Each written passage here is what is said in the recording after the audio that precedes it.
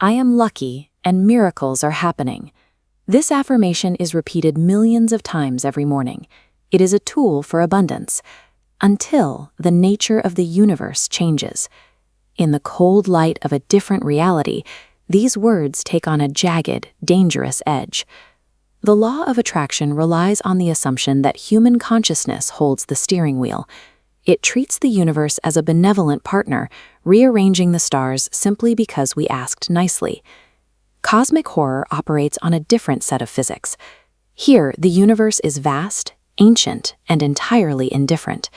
There is no partner in the void, only cold, dormant forces that do not notice our existence, much less our desires. When these two concepts collide, we find a specific point of friction. We are looking at the logical result of a fragile mind attempting to force its will upon an environment that is, by its very nature, hostile to human comprehension. Pushing your intentions out into this kind of darkness turns a self-help exercise into a flare launched in a forest full of predators. Manifestation becomes a mechanism for drawing the wrong kind of attention. We usually define luck by what we gain. We find money, we get the job, we catch the green light. It is a tally of positive rewards. Within a cosmic horror framework, luck is redefined by what doesn't happen. It is the absence of predatory focus. This comparison illustrates the scale of the threat.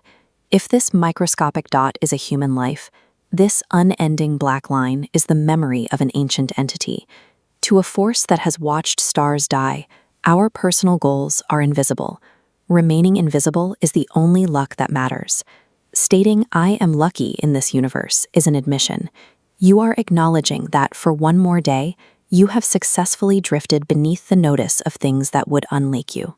Gratitude for luck becomes the quiet, terrified relief of a prey animal watching a predator move toward a different shadow. Manifestation teaches that we are constantly broadcasting. We send our energetic desires out into the universe, expecting the void to echo back a yes. This visualization shows the consequence of that broadcast.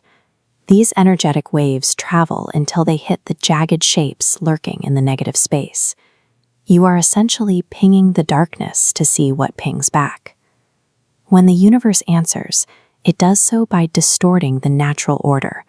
A miracle occurs because physics has been violently bent to accommodate a human whim. These answered prayers arrive in forms that the human mind was never meant to witness. The physical result of the manifestation is often too geometric or too alien to be safely perceived.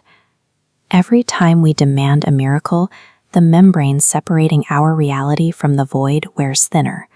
The veil begins to tear. Each successful manifestation widens the hole, inviting the outside in. Intentional positive thinking provides the coordinates for something waiting in the silence. It is an act of summoning. If you manifest a dark miracle, you are left with the burden of living inside it. You have forced a change in the world, and now you must exist alongside the distortion you created. This is the ultimate trap of the affirmation. You are forced into a state of total denial, where you must look at a horrific violation of nature and call it a blessing. To admit the horror would be to admit your own role in inviting it. This mirrors the pressure found in toxic positivity, the requirement to ignore suffering and evidence of chaos to maintain a high vibration.